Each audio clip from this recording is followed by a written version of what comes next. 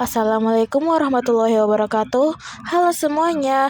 Kali ini kami kelas multimedia dari MAN 1 Kota Pekanbaru, kelompok 2 pelajaran sejarah akan menjelaskan materi tentang Kerajaan Samudra Pasai. Kelompok kami beranggotakan Aisyah Sabrina, Filzah Aziati, Aziza Lutfia Syifa Halim, dan Dimsa Sabita. Nah, apa sih latar belakang dari Kerajaan Samudra Pasai ini? Kerajaan Samudra Pasai adalah kesultanan Islam pertama yang ada di Nusantara yang berdiri sekitar abad ke-13 hingga abad ke-16 di pesisir utara Aceh. Kerajaan ini menjadi pusat perdagangan vital di Selat Malaka karena lokasinya yang strategis yang mengekspor lada, kapur barus, dan sutra. Kerajaan ini pun berperan penting dalam penyebaran agama dan budaya Islam di wilayah tersebut, dengan raja-raja yang terkenal seperti Sultan Malik As-Saleh dan Sultan Mahmud Malik Az-Zahir. Barang-barang peninggalan dari kerajaan tersebut seperti koin dirham dan makam bercorak Gujarat. Nah, apa sejarah dan kebudayaan Kerajaan Samudra Pasai ini? Nah, Kerajaan Samudra Pasai adalah kerajaan Islam pertama di Nusantara yang didirikan oleh Maurasilu atau Sultan Malik Al-Saleh di Aceh. Kerajaan ini menjadi pusat perdagangan maritim strategis di jalur internasional, kaya akan ekonomi karena pajak dagang, serta maju dalam pendidikan Islam. Pendidikan yang ada di kerajaan tersebut yaitu seperti sastra Melayu, klasik, dan tasawuf.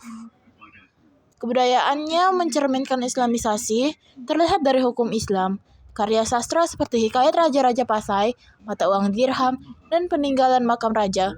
Kerajaan ini runtuh setelah ditaklukkan Portugis pada tahun 1521, namun meninggalkan jejak besar penyebaran Islam dan kebudayaan di Nusantara. Apa saja sumber sejarahnya? Yang pertama ada berita Marco Polo pada tahun 1292. Saat dia berkunjung ke Sumatera, ia kagum melihat banyak penduduk setempat sudah memeluk agama Islam. Yang kedua, berita Ibnu Battuta tahun 1304 sampai 1368. Saat dia berkunjung pada tahun 1326, sebagian besar pedagang di kerajaan ini beragama Islam. Ia kemudian kembali pada tahun 1345 dan mencatatnya dalam kitab Tuhfat Al-Nazah. Yang ketiga, Hikayat Raja-Raja Pasai merupakan karya berbahasa Melayu yang bercerita tentang Samudra Pasai. Menurut Dr. Russell Jones, hikayat ini ditulis pada abad ke-14 dengan isinya yang mencakup mulai dari berdirinya Samudra Pasai hingga ditaklukkannya oleh Majapahit. Bagaimana kondisi sosial politiknya? Menurut para ahli seperti Snokhulk, Gronch, dan J.L. Moena, Kesultanan Samudra Pasai berdiri pada sekitar pertengahan abad ke-11. Awalnya kesultanan ini berada di bawah kekuasaan dinasti Murah Khair.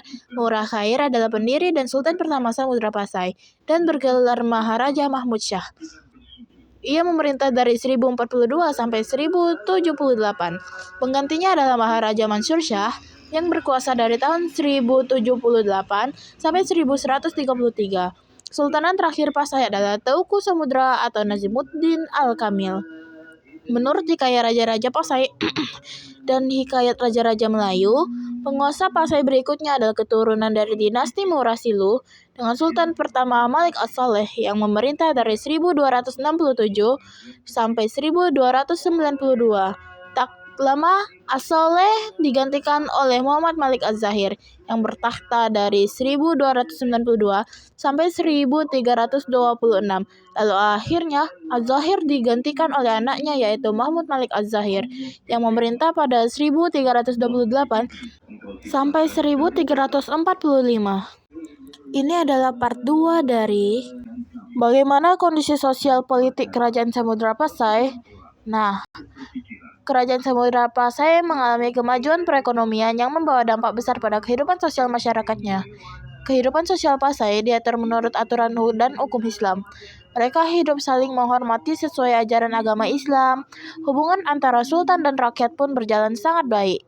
Dalam menjalankan pemerintahan, sultan didampingi para ulama yang berfungsi sebagai penasihat. Sebagai kerajaan Islam pertama, Pasai juga memiliki kontribusi besar dalam pengembangan dan penyebaran Islam di Nusantara. Pasai banyak mengirimkan ulama dan mubalik untuk menyebarkan Islam di Jawa. Di bawah pemerintahan Ahmad Malik Az-Zahir yaitu putra Mahmud Malik Az-Zahir antara tahun 1345 dan 1350, datang serangan dari Majapahit. Kesultanan ini bangkit kembali di bawah Zain al-Abidin Malik Az-Zahir tahun 1383 yang bertahta hingga 1405.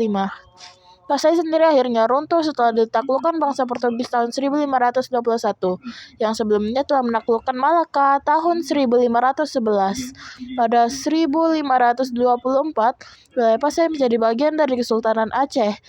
Sejak saat itulah, riwayat Pasai pun berakhir. Apa saja artefak peninggalan dari Kerajaan Samudra Pasai?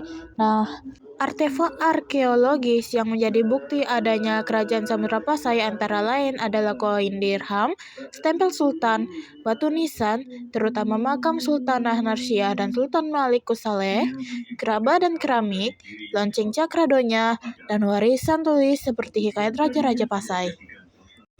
Siapakah pemimpin yang pernah bertahta di Kerajaan Samudra Pasai? Nah, pemimpin yang pernah bertahta di kerajaan tersebut yang pertama adalah Sultan Malikus Saleh atau Murasilu, yaitu juga pendiri dan sultan pertama yang membawa Samudra Pasai menjadi kerajaan Islam. Yang kedua adalah Sultan Malikus Zahir, putra Malikus Saleh, yang memperkenalkan koin emas dan memperluas pengaruh kerajaan.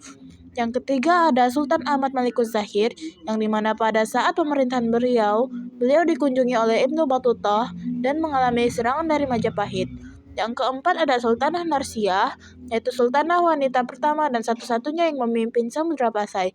Yang kelima ada Sultan Zainal Abidin Malikus Zahir, yang dimana sultan ini memerintah sebelum era Sultanah Narsiah.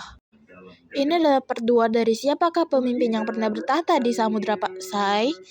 Yang keenam ada Sultan Mahmud Malikus Zahir yang memimpin di periode selanjutnya. Yang ketujuh ada Sultan Zainal Abidin, yaitu pemimpin di akhir abad ke-15. Yang kedelapan adalah Sultan Abdullah Malikus Zahir yang memimpin di awal abad ke-16. Yang terakhir adalah Sultan Zainal Abidin yang keempat, yaitu salah satunya sultan terakhir yang memerintah sebelum ditaklukkan oleh Aceh. Baiklah teman-teman, terima kasih telah menonton video materi pembelajaran kami tentang Kerajaan Samudra Pasai. Semoga video ini bermanfaat bagi kalian semua. Baiklah, wabillahi taufiq wal hidayah. Wassalamualaikum warahmatullahi wabarakatuh. Sampai jumpa lagi.